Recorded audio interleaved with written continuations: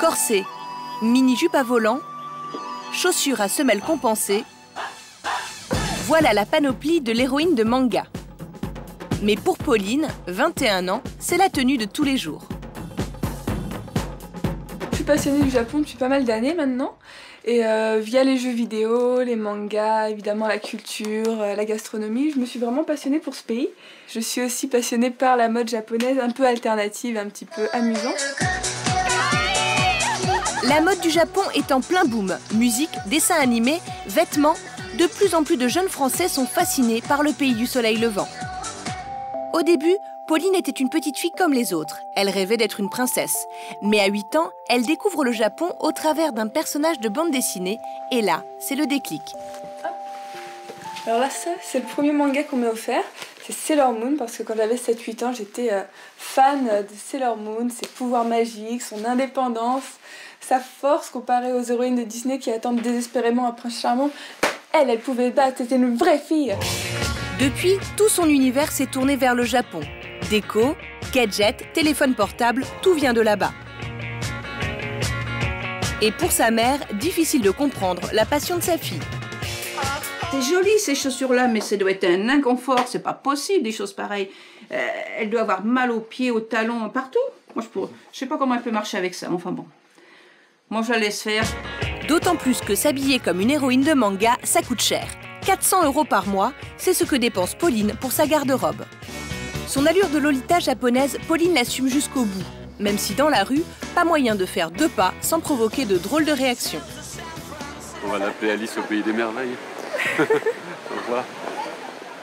10 sur 10. C'est le look Lolita du Japon. Moi j'adore. Pourquoi? Parce que je trouve ça vachement joli et vachement original. Le noir reste. Bah oui, le noir. Ah, la robe. Buffy contre les vampires. Dans Buffy contre les vampires, les vampires qui s'habillent comme ça. Non, je trouve ça pas original. Moi, je trouve ça un peu glauque, ça peut effrayer triste, des enfants. Ouais, Hein. effrayer, ouais. Son look, heureusement, Pauline a su l'exploiter. Elle a réussi à décrocher un job dans cette boutique de mode japonaise, ce qui finalement n'est pas surprenant.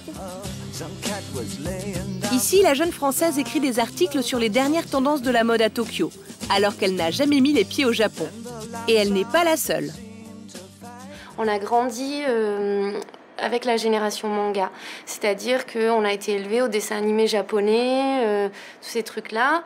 Et puis il s'avère que depuis plusieurs années, le Japon est reconnu aussi comme un pays qui est novateur en termes de tendances vestimentaires. Je pense comme à une époque, on pouvait s'inspirer de ce qui se faisait aux États-Unis, on s'inspire aujourd'hui de ce qui se fait au Japon. Mais cet engouement pour le Japon traverse les générations. Aujourd'hui, on a vraiment les petites filles qui ont 8-12 ans, qui lisent des mangas, qui sont complètement accros à ces tendances-là. Et ça va jusqu'à la femme de 40-45 ans, qui, elle, va plus se retrouver dans des imprimés japonais, dans des tendances culinaires ou ce genre de choses. Mais pour Pauline, la passion du Japon va bien au-delà de la mode. Ce soir, elle reçoit sa copine Jessica pour l'initier à son jeu vidéo préféré. Il fait un tabac au Japon. Il s'agit de marquer des points en reproduisant une chorégraphie.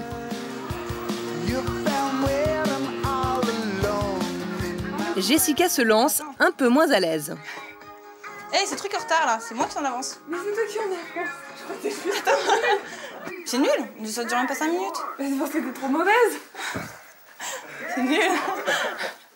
Et la musique qu'écoute Pauline est encore plus surprenante. Voilà ce qu'elle aime, un rock totalement déjanté.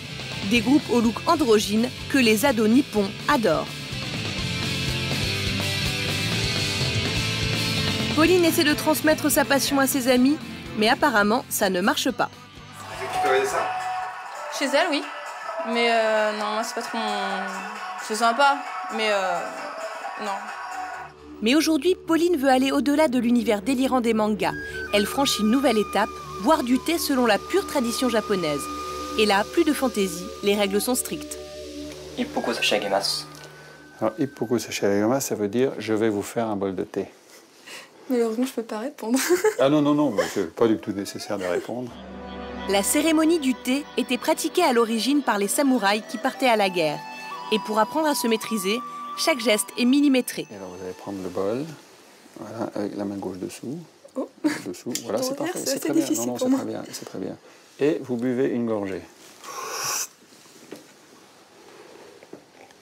Ça fait partie de ma perception du Japon, ce côté très codifié et le côté très zen et pur en fait de la culture japonaise.